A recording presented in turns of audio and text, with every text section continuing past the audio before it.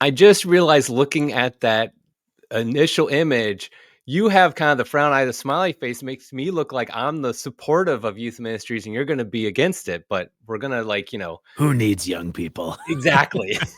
You're the serious one, like, I don't want these young people around. I I'm the know. one who's going to be the curmudgeon, not you in So this one. no, So somebody said I did an update about Laura and like her cancer update and things like that. And they said, I thought it was bad news because it had your serious face in the thumbnail. I'm like, that's just the Trent face. So yeah. don't read too much into it. Yeah, I don't do the whole change my facial expression for the thumbnail thing. I can't do that, but yeah. Yeah. Anyway, so how is Laura doing, by the way? She's doing a lot better. Like I had an episode, recently that was good news, and I published that the day we were going to go see the oncologist. But the genetic test came back that she has a brain glioma, kind of brain cancer that only occurs in 2 to 8% of cases, and it's the most treatable kind. And then yesterday, from this recording, we went to the oncologist, and we thought, oh, good, she has the kind that responds best to these new inhibitor drugs that they have. And she said, we actually looked at your tumor because the MRI will tell you how big the mass is, but you can't know how dense it is, how full of cancer cells it is until you do a pathology on it. It can only you can only learn so much until after it's taken out. And they said we did the pathology and we were shocked at how few cancer cells were in the mass. So, and because it was a clean resection, 100% removed, we're not recommending any drugs, no chemo, no inhibitors. Oh, We'll just keep an eye on it. that's awesome. Now remind us who is the person we're asking for intercession? I have it written down somewhere. Venerable Aloysius Schwartz, Venerable Al Right. Schwartz. Okay, great. And I actually had Kevin Wells on the program to talk about his biography Yeah. of Venerable Aloysius Schwartz. So yeah, he's a great man. I mean, that's Oh a yeah. great person to And I involve. mean, honestly, it's like I know this won't like clear the. I'm a very skeptical, critical person. This wouldn't clear the official bar Right. of like miracle, but I think a lot of times in our lives we are allowed personally to have our own unofficial, slightly lower bar of miracle. That to me, that this was really providence, his intercession, everyone's prayers of just continually the very very minority good cases and outcomes popping up here. So I Yeah, really think it's a lot of divine providence at work. that's awesome. Yeah, and the truth is, the church should have a super high bar for actual official miracles for a saint. I get that because that will help defeat the skeptics on it. But we all can be like, yeah, it was definitely his intercession that helped and all Yeah. that stuff. So that's great. Okay, so our discussion today is about Catholic youth ministries, Yeah. and it's because of a tweet I put. Let me put it up here on the. Boy, it's too small. I made it too small. Anyway, I'll read it. I said I tweet out, and I do this sometimes. I'll put something on X that kind of just gets things started. So I Yeah. believe it would be better if almost every single teen-oriented apostolate and ministry in the church were shut down. No youth groups, no youth conferences, and for God's sake, no youth masses. Just integrate teens into parish life to prepare them for adulthood. And Yeah. and I do mean I never lie on. I never say something I don't mean.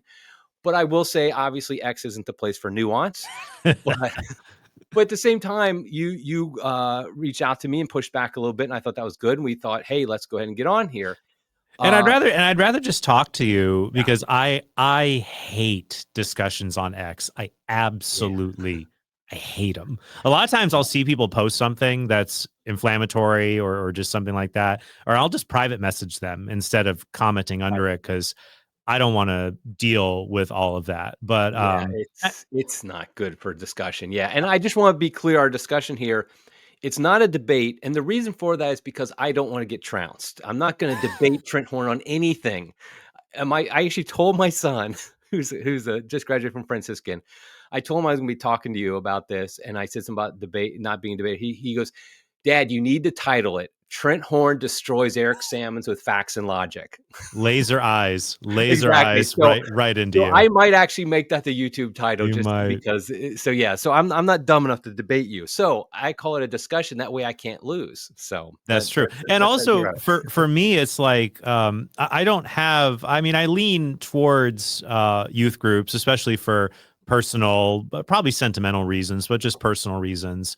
But I'm not like it's not a hard and fast position. It's a question, it's a prudential judgment. Like how do you Right. best reach out to a certain group of people? And also, honestly, and that's why I think it'd be interesting to talk to you about how the church like applies prudential judgments.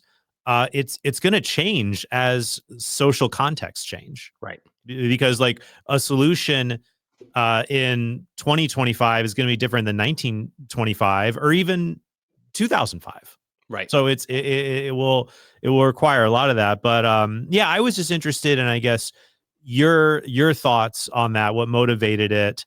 And then what I was more interested in is like, yeah, what whenever someone says I don't like X, my follow up is usually what's the why you prefer instead. So I mean, if you Right. want to go more, that's totally fine with Yeah. me. Yeah. And basically, my view, of course, is more nuanced than why I say an X. But here's my thing. So I worked with volunteers for a parish in evangelization for a number of years, but then I was the director of evangelization for a diocese. So I worked in a diocesan level for 5 years. And one of the things you could say it red pilled me, maybe, I don't know. But really what happened is I saw how strong the status quo is in the Catholic Church today, in the sense that we just do things because that's how we've done them. And Yeah. typically the things we've done have only date back usually to the 60s or 70s, most of them. Yeah. But like the idea is, okay, this is what we do. And so I started to get, maybe just because I'm getting older and curmudgeon, I started saying, well, why do we do them like that? Yeah. Why do we just unquestionably say, here's how we run a parish? We have a youth group, we have a youth minister, we have, this is how we do Bible studies, this is how we do the liturgy, all that stuff. Why don't we just say, hold on a second, maybe that's not what we want to do? And so I particularly say that when I look at the numbers, you and I are on total agreement, I know, as far as understanding and exploring the numbers of Catholics, leaving the church, things like that. And you probably saw I meant to send to you, you probably saw it though, the one by Stephen Bullivant and Michael Rhoda in the Journal for Church Life of University of Notre Dame, called Religious Transmission, a Solution to the Church's Biggest Problem. And this was Mm. just came out a week ago. And essentially what they showed was 9 out of 10 people who grew up Catholic don't attend Mass regularly Yeah. on a weekly basis. So really 9 out of 10 are falling away, because if you don't attend Mass weekly, unless you have some great And excuse. what's interesting, Eric, is in this discussion, because a lot of people, were especially back around the Easter Vigil, a lot of times on social media and X, like Catholics get into this crowing mentality, like everything's great and the whole country is gonna be Catholic. And I'm always like, we really got to be sober in our judgments, and you don't want to overplay your hand. And even if it is, and I do believe it's correct that we're seeing an uptick in Mhm. conversions. I do not doubt that at all. Right. What I was talking, like when I was doing my episodes, when I was saying about, oh, actually Protestants are winning in other areas of attracting people, and the Catholic Church is experiencing a real problem, people would put under it on X, don't tell Trent Horn, like Yeah. record surge of adult baptisms. And I Right. pointed out, yes, that's true, but traditionally 90% of the people who become Catholic is through infant baptism. Right. That is, the church grows primarily through the domestic church. That's how it's always been. Right. And that's where we're seeing the crisis. And so it's like, yeah, this is good that more people are coming into the church as adults, but we got a real crisis of losing people who were raised Catholic. Right. Absolutely. And I think that's what I don't think everybody's understanding is both things can be true. Right. It can be true that tons of cradle Catholics are leaving the church. And it can also be true that we're seeing an increase in conversions. In fact, I think both those things are true. Yeah. I think there's a lot of reasons for that. But the point for our discussions today is simply, it's just a fact. I mean, it's been proven time and time again and demonstrated time and time again. The majority, probably even the vast majority of people who grow up Catholic are not practicing the faith as the church wants them to Right. when they become adults. And that's just what happens. And therefore, to me, I'm saying, okay, we literally need to question everything. Now, Mhm. sometimes my answers end up being things like, okay, let's go back to the way we were doing before Vatican II, stuff like that. But I'm not saying that's true either. I'm just simply saying, I'm not even saying I have the definite right answer. Like, okay, let's return to 1950s Catholicism. What I am saying, though, is we're obviously not doing something right. Now, I'm not Yeah. blaming it all. It's not like, okay, because we have youth groups, now people are leaving. That's obviously not Yeah. true either. There's so many factors why people leave. Totally. But I think you can be confident to say that the way we do youth ministry is not keeping a ton of people in the church. I Yeah. mean, that's true. Would more people leave if we didn't have youth ministry? Perhaps it'd be hard to imagine more people leaving at this point. Yeah. Or, if we scrapped all youth ministry and had nothing to do with it, would more people stay? Those are questions you can't answer for sure. But what Mhm. I am saying though is that I think the way youth ministry is done, and Yeah. the very fact that we have youth ministry Mhm. itself, I think we should at the very least question it and say, is this something that is really effective? And are there better ways to do it? And I personally think there are. I've seen better ways, Mhm. but that's really kind of what I'm saying. And like I'm not saying there aren't people who haven't been helped by youth ministry. I know that is Sure. true. I know people like that. I'm not saying that like, obviously there's youth education. I'm not saying you don't have Catholic schools Yeah. or, things like that. Those have their own problems. Yes, and that's a whole different set of problems. You're right. But like I'm mostly focused on how almost every parish in America, they have a youth outreach where they have a youth group. They go to youth, maybe a Franciscan University Studentville conference once a year, Yeah. things like that. I'm questioning, do we really even need to have them? So that's kind of my overview of my overall position. Yeah. Well, I guess one of the questions I had for you when you're looking at this, and I think also when we talk about youth ministry, we have to understand like it's not monolithic. Like there's so many different programs and ways that they are approached. Uh, I feel really blessed that my encounter with the Catholic Church was through an unusually orthodox, solid, and hip youth ministry program. It was a life team program, but it was run by just really solid college students, people out of college. The youth minister, I'm pretty sure he had his master's in theology from Franciscan, was a Franciscan grad. His name was Eric Westby, and he created his own curriculum so that you would go through, if you attended a youth group night every Sunday for 4 years in high school, you would have gone through the entire catechism. Like the material, it would cover the whole catechism in 4 years, and so it was cool. And I interacted with this program. I was going to a public high school. I was not Christian, and they had this kind of lunchroom outreach, and anybody could come by, and it was an evangelistic program, and that's what encountered me, and then starting my journey. But there's a lot. But I even then I had been to other youth groups, other programs where it's not run as well, and then there's a lot of different ways of doing it. So it's not monolithic.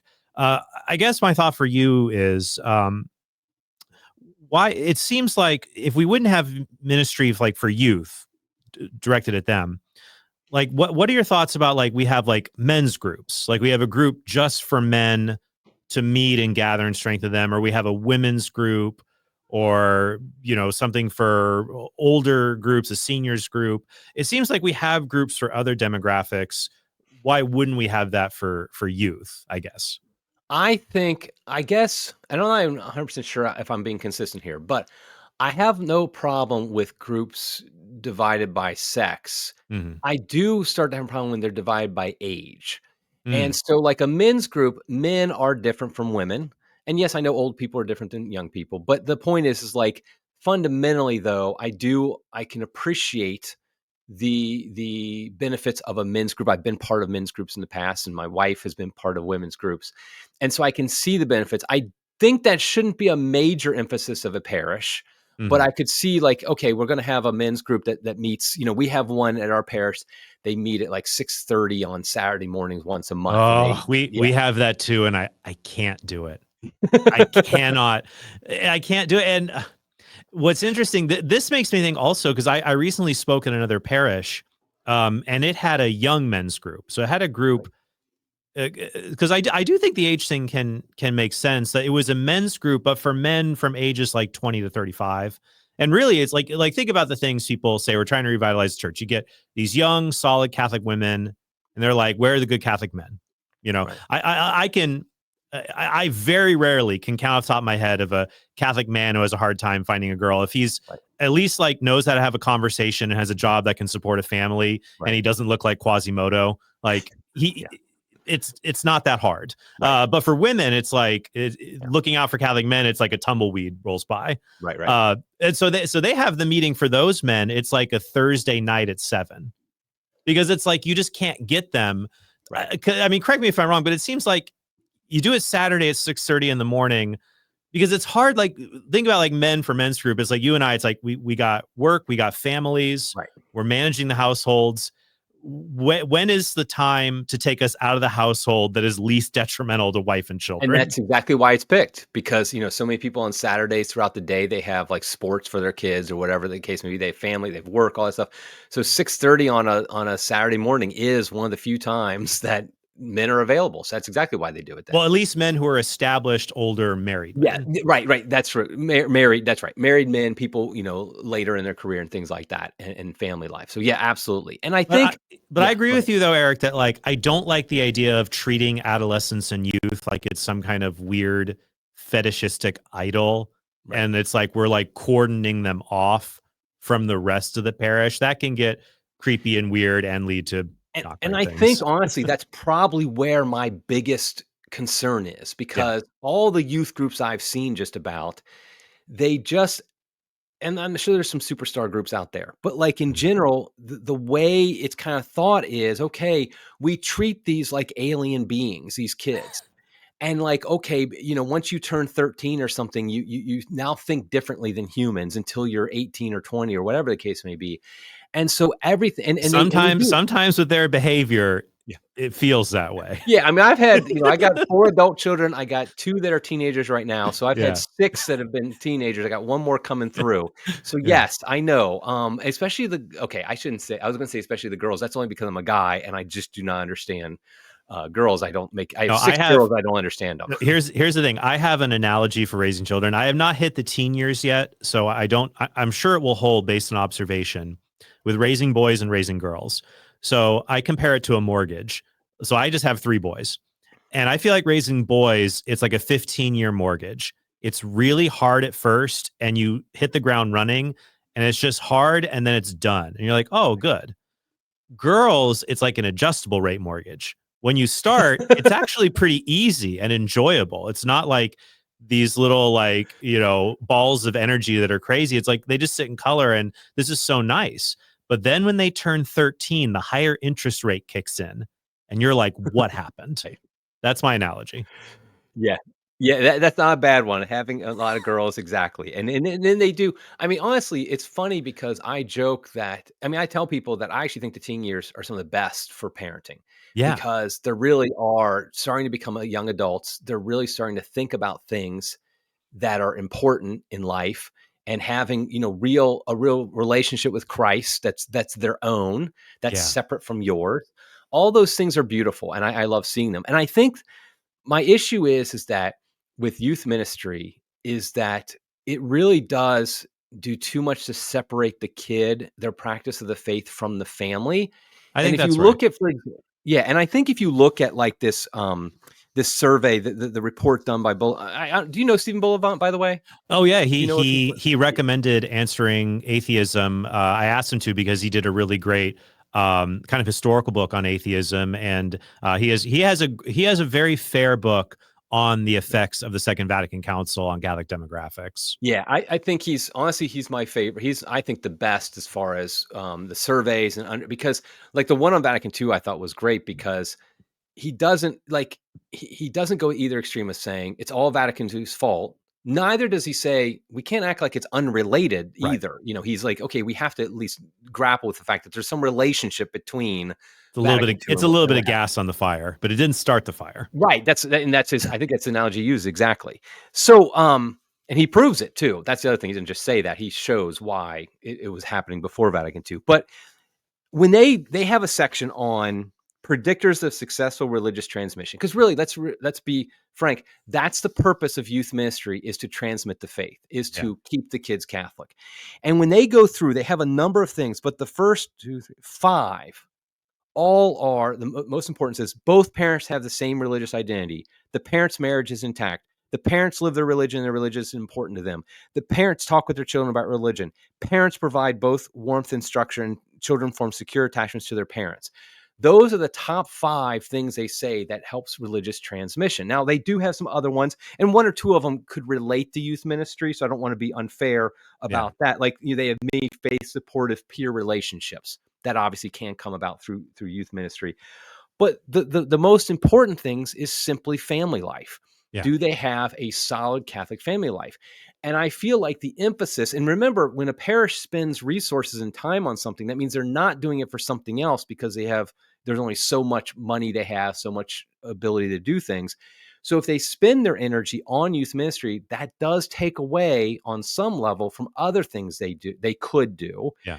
And to me, I feel like the real crux should be, how do we make greater intact families that are living out the Catholic faith? And I don't think youth ministry actually supports that very much.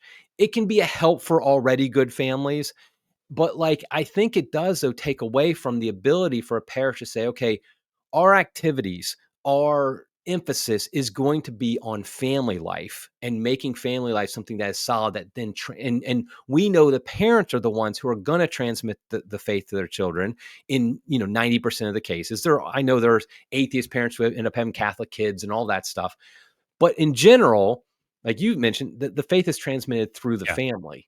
And so I feel like you are taking away. And so, like, just at our parish, which is a kind of a hybrid, we do both the Novus Ordo and we do the traditional Latin Mass at our parish. So it's not like just a fraternity parish or something like that. It's not only traditional Latin Mass. Yeah. But like, it's like we have catechism for the kids and all that stuff. So it's not like we don't do religious education. But the vast majority we don't have an official youth group or anything like that, but we have tons of activities and special masses, and all of them are for the whole parish. So we have the picnic, we have, like the Feast of the Assumption. We Yeah. had a big high mass, sung mass on that evening, and then we had a big get together afterwards, like where we had food and everything. It was a Friday where we could eat meat, so we had chicken and stuff like that. Yeah. But what happens is like everybody comes to it. So sure enough, as can imagine, the adults are talking to each other, the kids are hanging out with each other, the young kids are running around with each other. But it's all in this environment of we're all together. The kids end up congregating. The teenagers congregate together. I mean, they're spending their whole time, talking to each other. I have to drag my kids out after each, and when I'm finally too tired and I need to go home and sleep, they're like, want to keep talking and stuff. So they're getting that peer relationship of Yeah. other good Catholics, but it's more in the context of they just went to mass with everybody, with all the adults. It wasn't a mass geared towards them. It was just simply a high mass, sung mass and beautiful and all that. Yeah. And so no music that's geared towards them or anything like that. It's just like, Gregorian chant, things like that. So I feel like that's a very healthy environment where the faith can be better transmitted than just saying, okay, let's separate them. So that's kind of where I'm coming from. No, I like that a lot.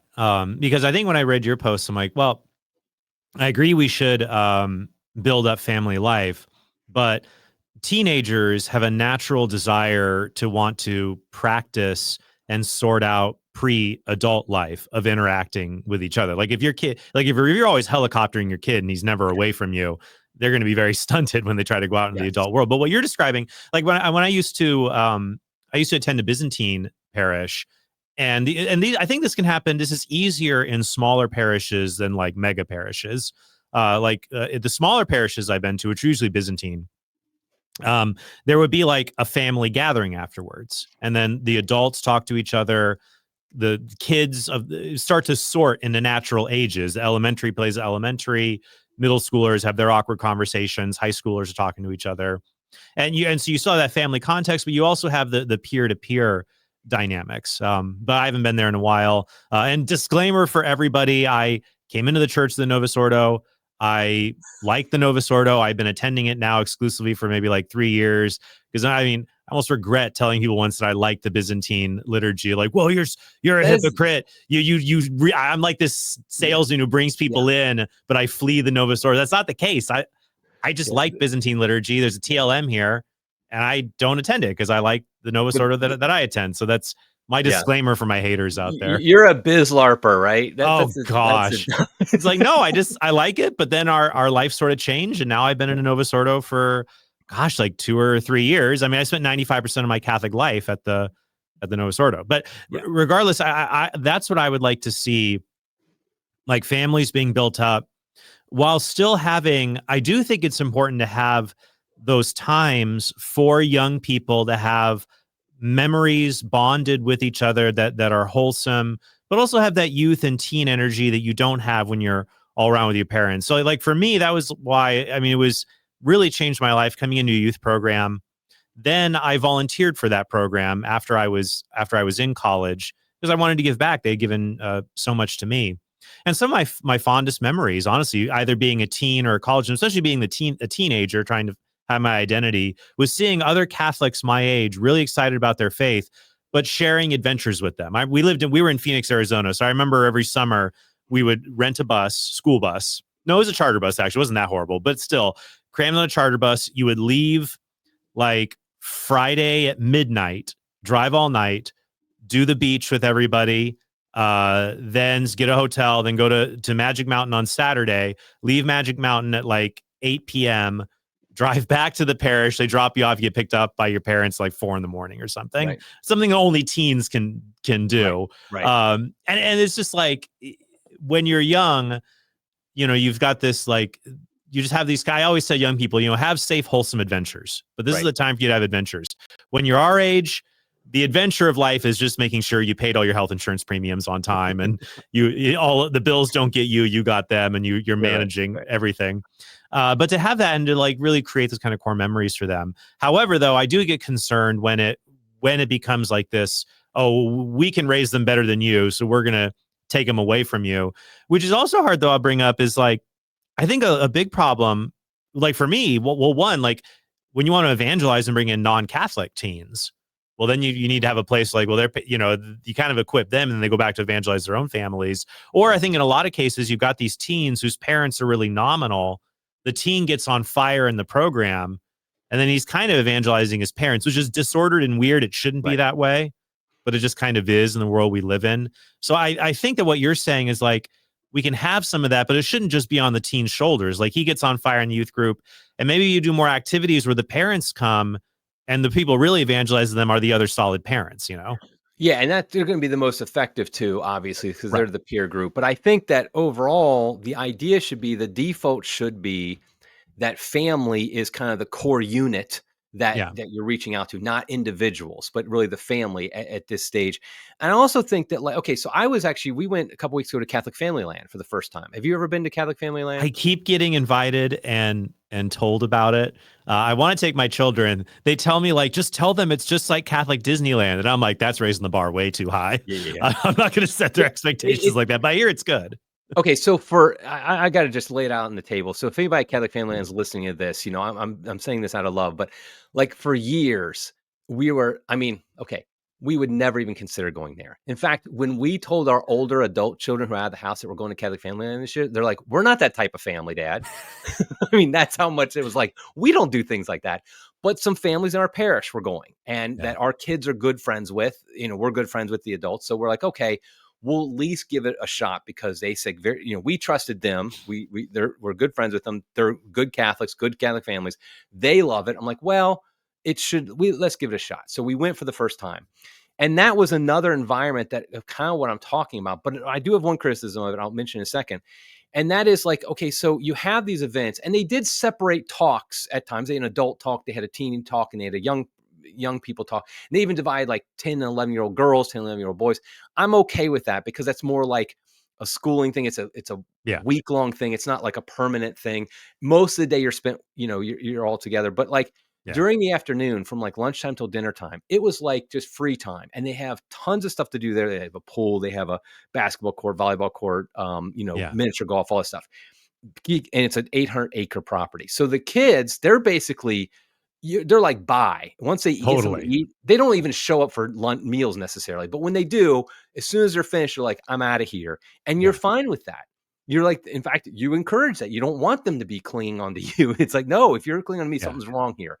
So they're out there with their friends the whole week. And like, I don't even see them a lot of that during that time, but I know they're in this environment that is safe. It's good, but they're with their peer group. They're doing fun stuff. It's not all like, oh, you have to be completely Catholic stuff. You're playing basketball. You're not like, we're not talking about the faith every moment, but then there's an adoration chapel Right. right next to the baseball field and stuff like that. So So all of that is great. I will say though, one thing it reminded me of, because I have not gone myself to Novus Ordo in years, like regularly. And so like I don't really have that experience since 2011 is kind of when I started going to traditional Latin Mass and traditional Latin Mass type parishes. Yeah. And I kind of forgotten about the music.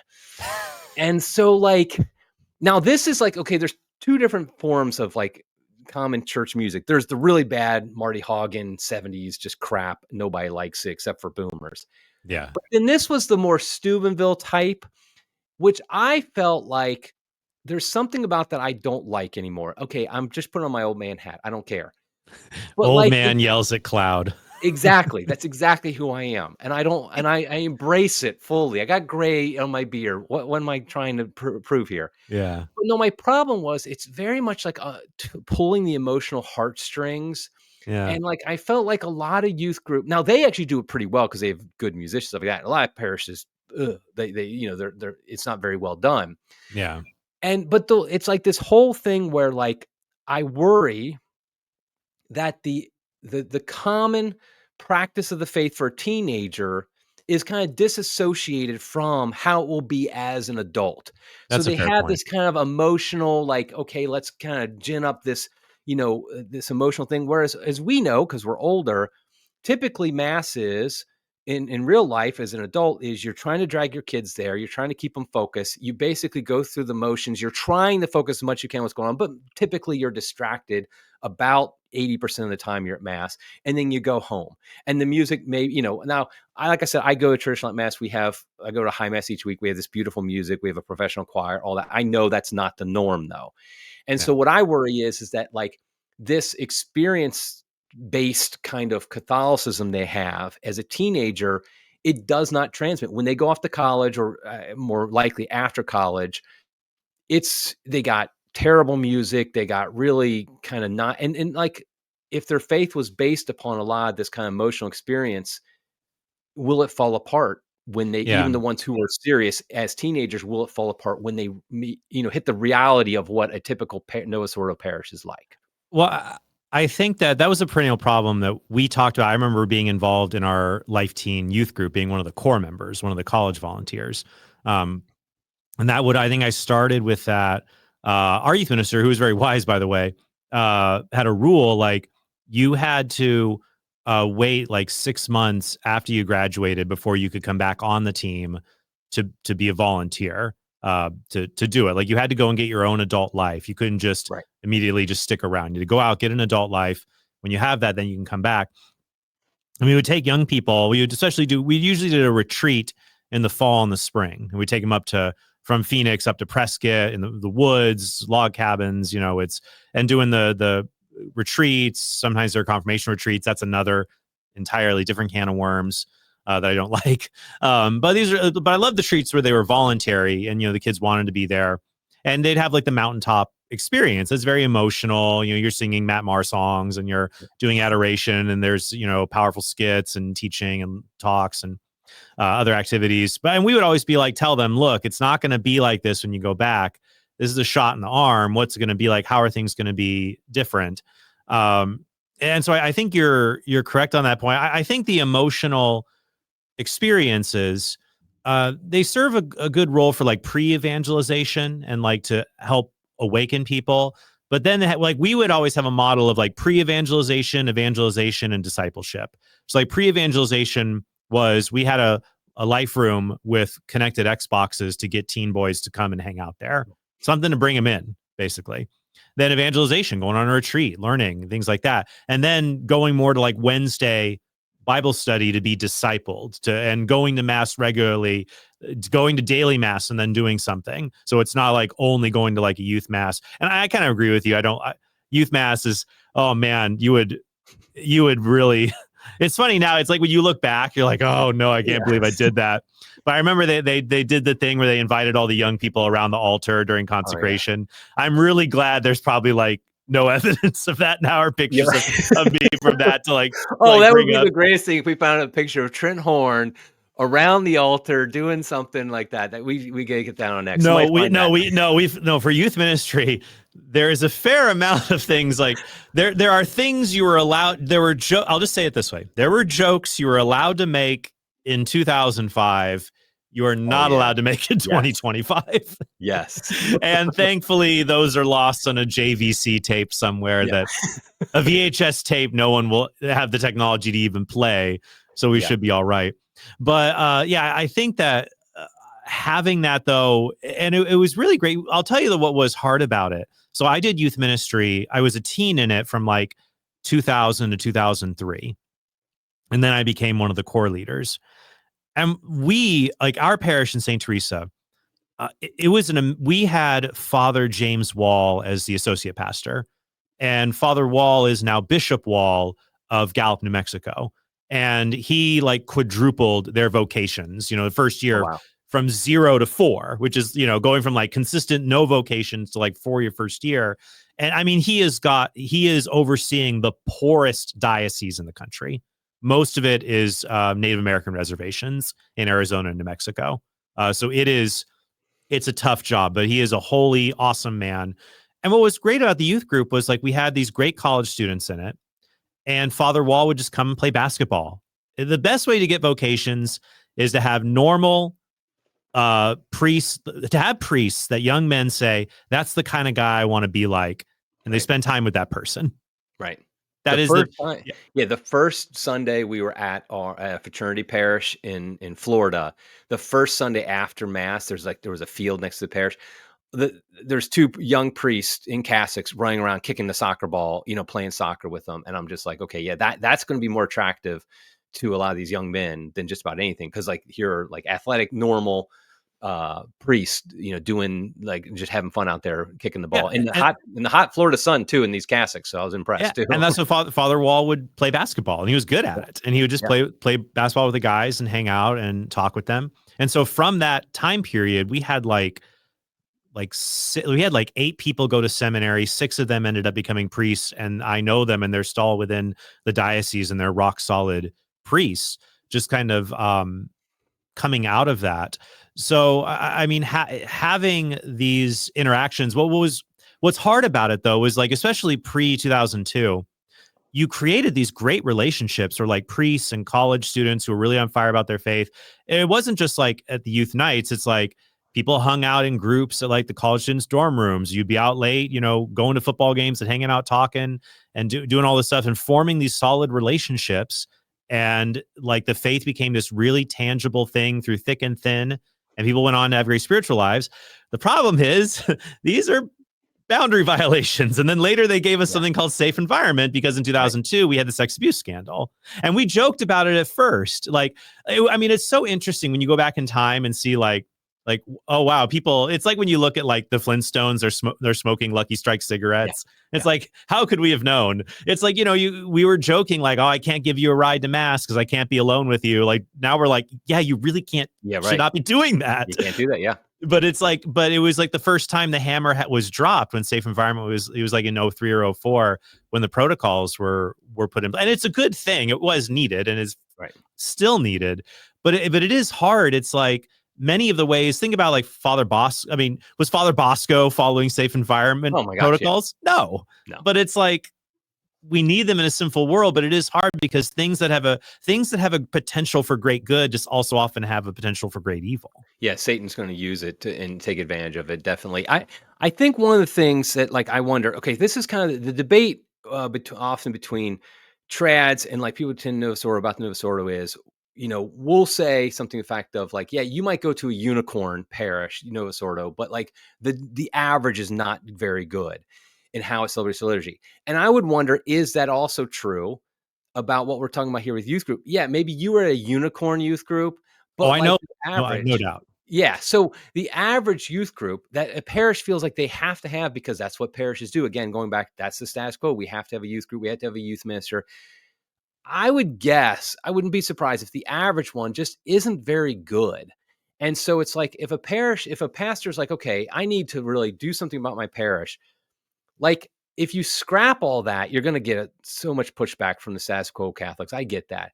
but like instead you're focusing on more family life. And I would say honestly, if you want to say, okay, do you focus on demographic? I don't think so. But if you did, the one Mhm. I would say would be men in their 20s.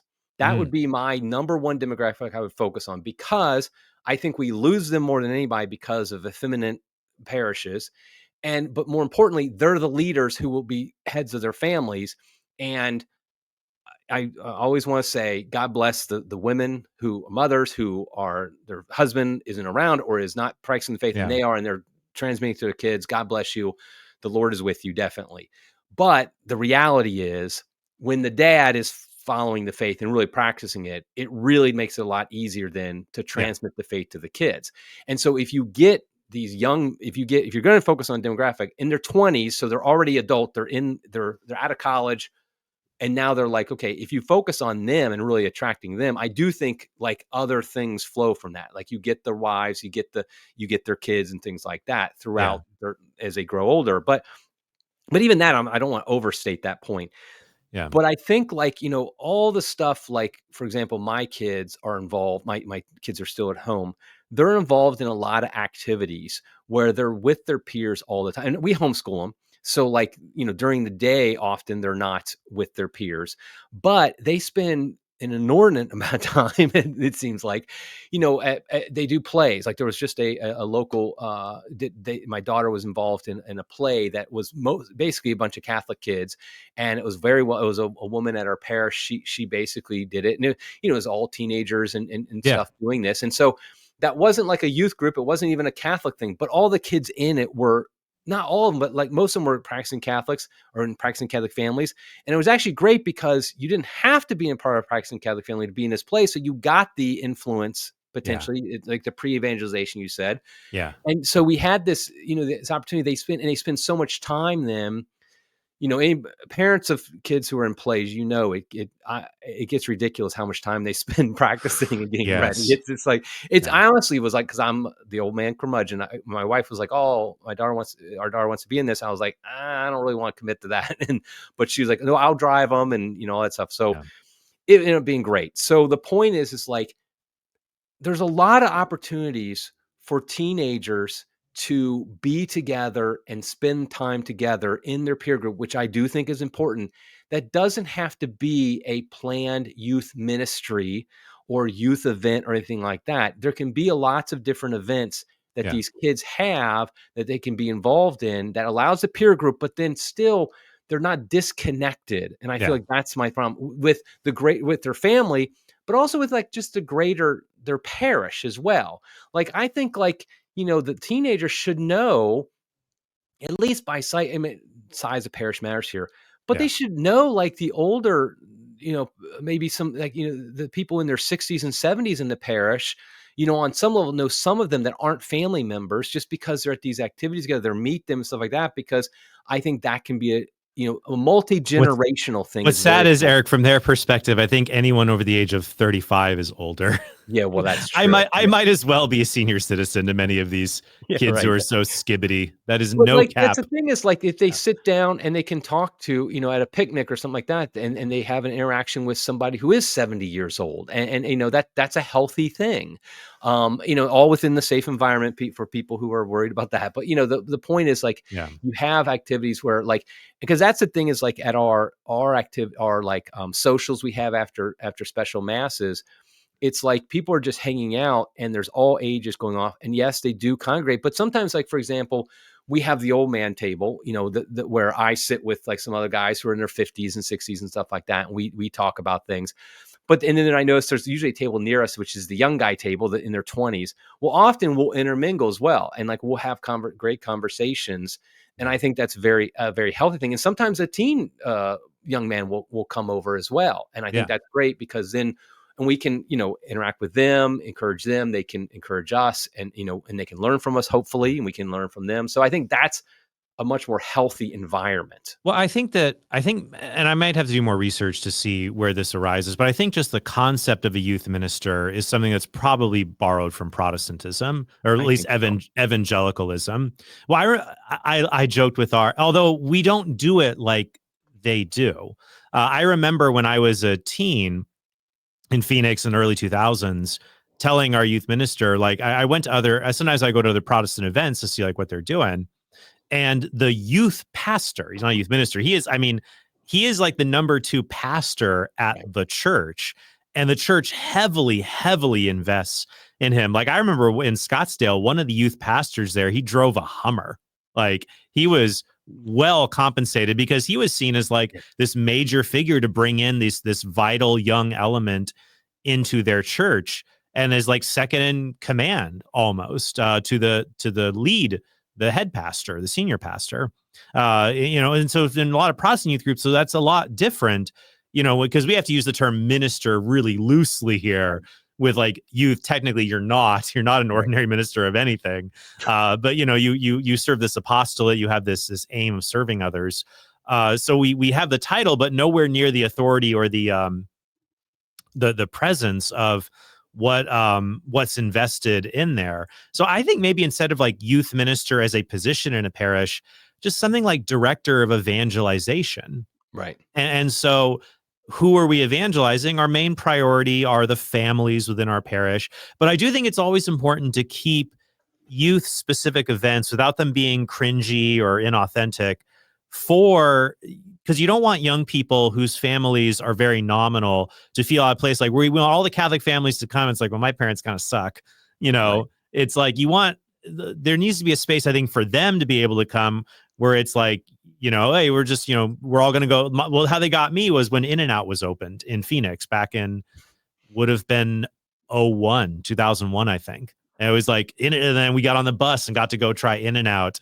And one of the kids got the 20 by 20, this monster 6'5", 250-pound kid from the wrestling team, like forking and knifing through a 20 by 20 In-N-Out burger, and we're all cheering him on. Once again, it's about teaching the faith, but letting them have those adventures, some wholesome memories together. But I agree with you that when it gets cordoned off into that, then it can start to be weird and bad or inauthentic.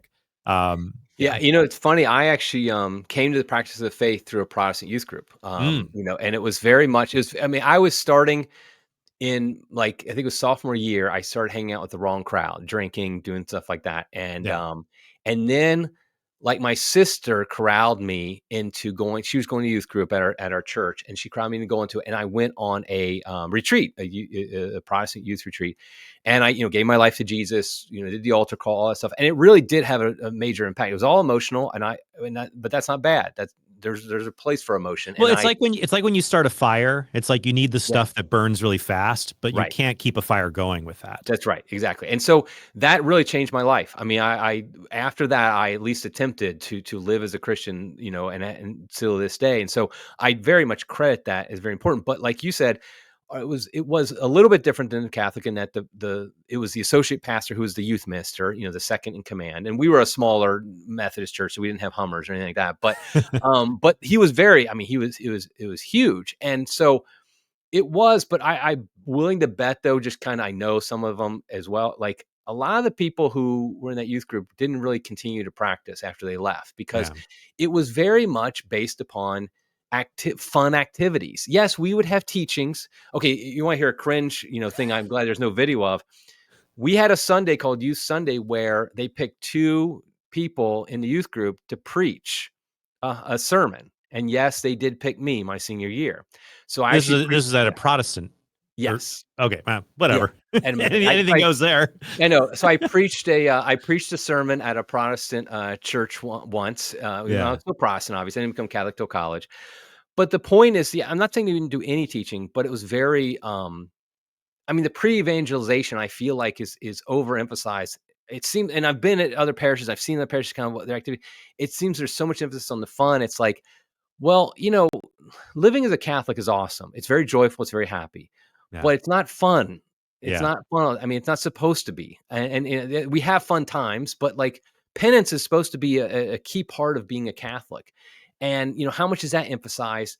Like, because I do this with my own kids, and I look at all teenagers as not really teenagers, but just young adults that really, once they get to be 13 or 14, I start to treat them obviously not totally like an adult, but like the point is like I'm thinking, okay, now you are really should be treated. I mean, our Blessed Mother, Yeah, probably, Annunciation, she was probably like 14 years old. It's not like impossible for a 14-year-old girl to have very mature thoughts and things like that. So I think they should be treated much more like young adults. And yeah, like part of that would be like, for example, not making, like, okay, it's all fun and games. You have sure. that, but like there is like this idea of penance. And because I Yeah, think young people respond to that when they're when they're called when they're these. challenged. Right. That's what JP2 really was very good at, Yeah, like emphasizing was absolutely.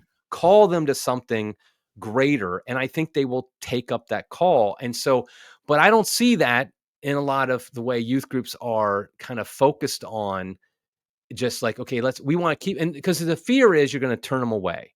Yeah, And like, I feel like, honestly, I think half the stuff done at parishes is with that fear. It's yeah, all sure. fear based. Like, oh, we don't want to turn away, but it's like, We got vanilla homilies because you don't want to right, offend people. Yeah, right, exactly. So I just think that like when, if you have youth activities here and there, I'm fine. I'm not like saying, okay, never have activities that are geared towards youth. It's when they become a siloed group that it's like there are kind of a separate entity almost from the parish, and that they do everything different. They do masses different. They do teaching different. They do activities different. When that becomes kind of the default, I think that's not what it show. What this, this report I print out, and what other things are saying is that, because they also mentioned community is like they said, if we had to put it in a single word, it is community. yeah, And I think community is not these artificial groupings. mhm, Community is literally the whole parish. Like every single member of the parish is part of the community and should feel part of. I'm not part of, St. John's youth group. I'm part of St. John's. right. That that from a very early age that you're part of this until till the day you die if you live in the area. So that's kind of my main focus, I think, of the way parishes should treat the youth. Yeah, and I think we actually have a lot of common ground here. I think that youth ministry should exist as just a facet of parish evangelization, and you just recognize there are other groups, and each group has to be reached in different ways. It was funny when you brought up the idea of if we're going to have a group, let's just have one that reaches young guys in their 20s. What's hard, I'm like, oh, could we drop the age a little bit, start at 13 to have young men, to have older young men to look up to, but would that be off-putting to the adult men? Right. But it's like I feel like when we really start losing them, though, the problem is I think most surveys say you start losing them around like 10 or 11, Yeah. 12. So I think that's where like there's this idea like we need to have something to reach them. But I think just doing more like, hey, if there's a talk, it doesn't have to be the teens. Parents can come too. And I've been to a lot. I mean, maybe it's just me if I'm invited, but my experience, and this is also hard. I'm going to be speaking from ignorance here because the way we did youth ministry 20 years ago, I'm sure it's just so radically different from how it's going to be done today. But like the only experience I have with youth ministry nowadays is when I'm invited to be the speaker and I Right. come and I give a talk to the young people who are there. And in many cases, the adults are there. I don't know if they came just because I'm there and they want to hear the talk, and that's an anomaly. But I'm sure the challenges that are faced now with young people, I mean, even back in 2004 and 5, we were having problems with young people wanting to just be at home on their Xbox game consoles, having a hard time. Like I remember in like 2001 or 2, like to get young teenage boys to come who are not really that into church. How do we, on Thursday afternoons, we set up 4 Xboxes with a local area network, a 16-player massive game of 4 TVs. And I mean, I still miss that. As there's an article in the Onion, I think, like it was something like depressed 38-year-old man longs for that one great rocket kill on Blood Gulch he had in 2002 or something like that. I'm like, oh, you're speaking to me, the Onion. And so like we would do that, play for like an hour, and then we would go to daily mass. So it's not like a hyper kid mass. Like, hey, it's just a normal Right. run of the mill daily mass. Then maybe get food afterwards, and then that's that. And it was a good bonding time. But then we started, people. It's like, hey, I don't need to come. I don't need you guys for this. I can do this at home with my Wi-Fi. So now with smartphones and everything else, it's finding a way to pull not just the kids but the families, because we're all addicted to our smartphones. I love your recommendation for the dumb phone app, by the way. I'm gonna get that Yeah. soon. Got Um, it right here. but we're all addicted. So it's like Right. a parish to be like, hey, we're doing a family activity, getting everybody off their screens Right. and being in real life. I think that's really good. Yeah, one of the things I enjoy at our socials often, almost nobody has their phones open, and Yeah, I think it's a very good thing because they're having fun, they're having a good time. The last thing I want to bring up, which is sure. my big criticism of youth ministry, as I've seen it, as I experienced it, is and this is where I'm going to pull out my trad card. I really am uncomfortable with kind of the emphasis on sex and chastity that is done in these environments. And the reason I'm uncomfortable is, and I've kind of changed over time my views on this. Like, I totally get how important it is in our world today with chastity, for teens to practice chastity. I mean, talking about smartphones, I don't think kids should have smartphones Yeah, yeah, because of, like, it's just a porn device. And yeah. so, like, I definitely, well, I've kind of developed on that. My older kids, when I think I let them have a smartphone when they were like 16. Now I'm like, no, not till you're 18. Because when you're 18, you're an adult. I'm going to treat you like an adult. You can decide if you want to have a smartphone. Yeah, I sure. can't stop you. But before then, you're not getting one. Right. And so, but the problem is that I do think that there is a real problem with talking about sex in these kind of public environments. Usually, they're smart enough not to do it, boys and girls together. But I've seen some cases where they still talk about it with boys and girls in the same, We and I think that's yeah, awful. we would sometimes, I remember when the curriculum we were following would get into moral theology and those topics would come up. I think we would start the night together, but for discussing it, I think we would separate into Right. separate And groups. I mean, obviously it should be separate if you're gonna do it all. But it seems like almost every youth conference has to have somebody give a talk on chastity and stuff. And sometimes they separate, sometimes they don't. Sure. And the fact is like, I know we don't live in an ideal world. Mm. Yet at the same time, the proper place for children to learn about that is in the family life, in Yeah. from their parents directly. And when the parents know that's appropriate, because one of the things is, like, every once in a while we'll think, hey, this event, there's some event for teens that we think might be nice for our kids to go to, a talk or something like that. And inevitably, we always have to do some research. Like, are they going to talk about something inappropriate? I will say, I went to a once I went to one. I brought two of my teenage girls with me, and it was I won't name her. It's a prominent speaker, and it was highly inappropriate for my kids. Like, I'm not naive enough to think that there weren't kids there that it might have resonated with, something like that. But it was not appropriate for my kids because they had not been exposed to some of the things. And the way she talked about it was very kind of crass and stuff. And so I was like, oh my gosh, this is. And I told my wife, I'm like, I'm sorry, but that we totally screwed up having going to this. At least I was there, so I knew that. Yeah. But the point is that, like, I really think that, like, the emphasis has to be on training up the parents on talking about it and teaching them and things like that. And because I do think there is a problem with talking about it publicly, especially how some speakers go more in depth than others in details. And I just think that's not, I think it does more to stimulate, to titillate and things like that than it does to really Yeah. teach chastity. And so I think that's another case of where we're, like, hyper focused on the youth and not having just a healthy environment they live in where they're learning from their parents and things like that. And I get some parents are going to be better at that than others, Yeah. but ultimately it is their responsibility. It's not, George, the youth minister's responsibility to teach some, 14-year-old boy about sex or something like that. In fact, that's where I start getting real cringy and start wondering, like, I think it causes more problems than it could potentially solve. It's very difficult. I do see the merits. Like I think that I think Jason Everett has done incredibly good work to encourage young people to be chaste. And I've never and I don't recall him ever like speaking in a lurid way when he's talking about stuff. He's just very matter of fact about it. I think the only problem with Jason's stuff, and I don't think you mind who's saying this, is that you'll do the talks, and sometimes you just hang on to your old talks for a while, and you have like a Saved by the Bell reference, like time out. It's like, oh man, that one. I mean, I love that reference, but that's gonna fly way over the head of Gen Yeah, Alpha. right.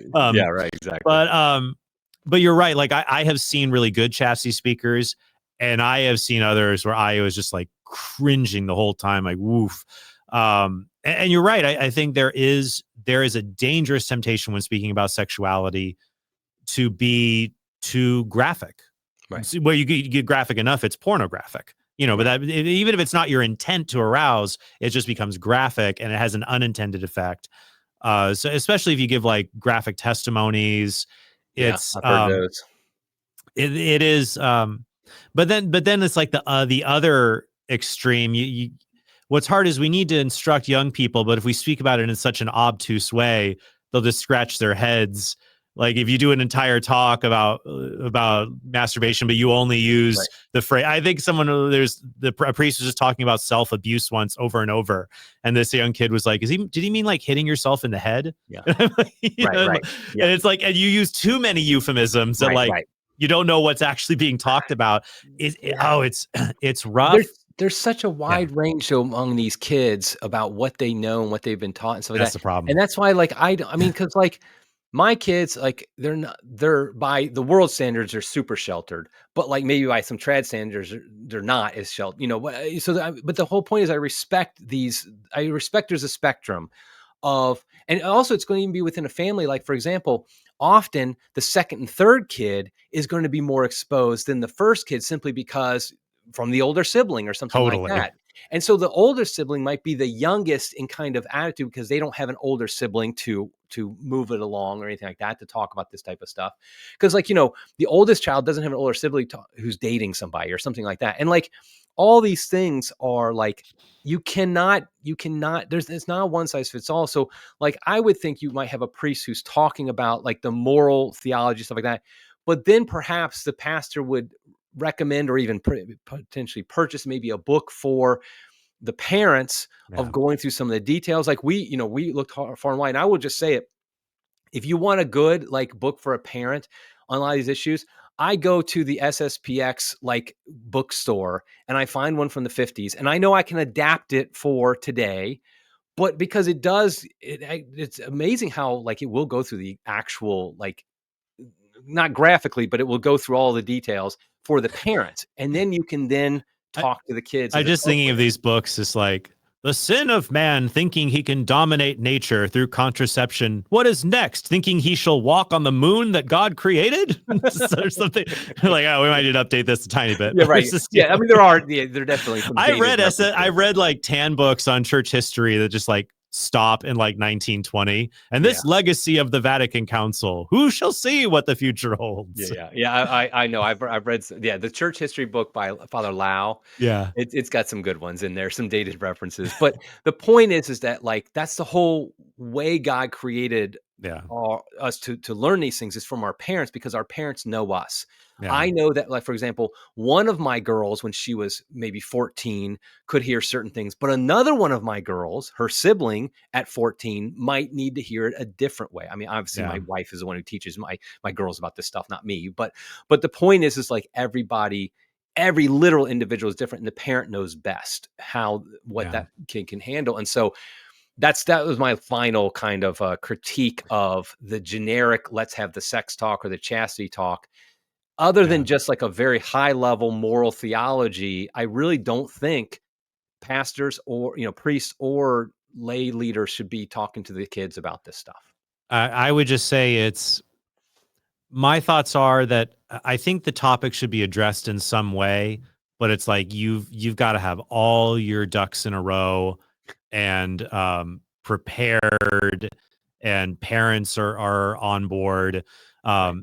I think the other problem is and this is the going back to the problem with youth ministry in general, is just like um, how do we help serve young people if their parents are quite nominal? And sometimes the parents have good hearts, they're nominal, but they're like, I know this will be good for you. I can't give you what you need, but maybe these people can. Right. And so they kind of like ship them off, not to like get rid of them, to be like, they can help you in a way like I can't, or I feel like I'm not able to.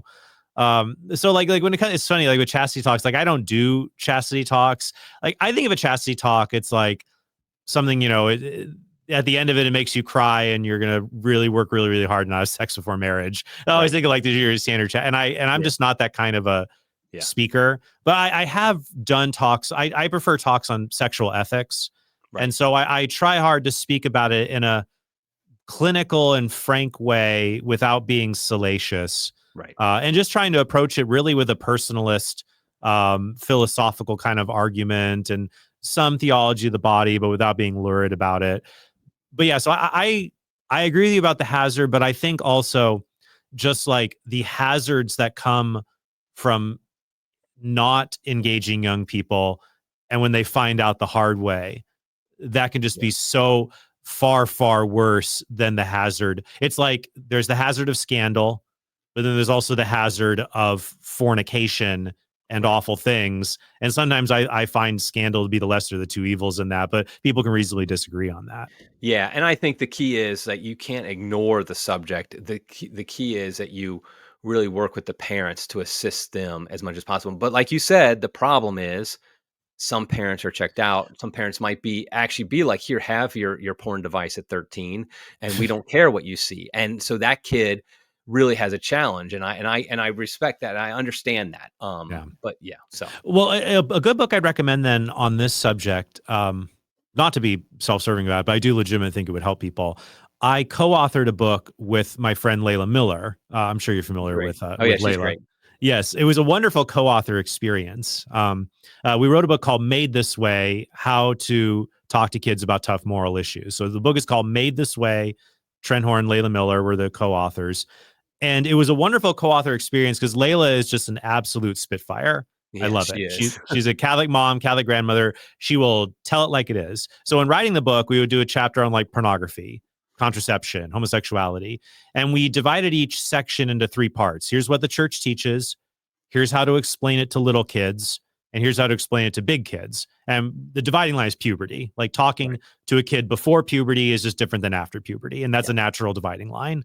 How you explain these different topics, transgender, premarital sex, things like that. And it was a great experience because Layla would just like give me this fiery stream of consciousness of her experience as a mom teaching these things because she's gone through the whole gamut. And then I would go through and this just shape the mold and add all the footnotes in. Right. And so it was a great experience. And so I would definitely recommend to listeners, if you feel out of your depth explaining these tough topics, especially sexuality issues, to your kids, regardless of age, I'd recommend "Made This Way" by myself and Layla Miller. I think you'll find it very helpful. Yeah, that sounds great. I mean, in fact, I think I'm going to pick it up because I did not know about that one. So that's great. So, okay, I'm gonna stop it here. But I appreciate this. I did not get crushed by facts and logic, but I was, not destroyed. But I did learn a few things. So that's always good. I think it was a good discussion, though. Sure Also, thing.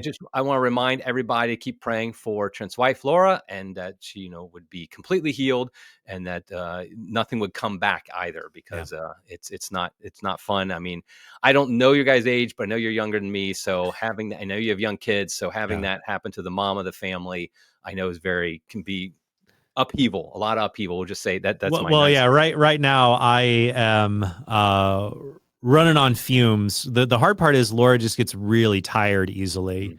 and can't do a lot of the things she used to do Right. because she's trying to recover her speech, her reading. Uh, so I'm double duty. Like today, I woke up early, drove the kids to school, went to jujitsu class, got slammed by a guy who teaches a SWAT team how to defend themselves, which is good. That's how you learn it. You got to fight That's the right. people you got to fight the monsters to get better at it. Then get home, then fix up stuff, and then come to this. Then I got to go get the kids, then help pull them all together. No, the prayers are definitely, we've been feeling the effects of them. And so continue to be very helpful. Yeah. So let her know we're all praying for her, and we'll continue to do so. Thank you much, sir. Okay, everybody. Until next time. God love you.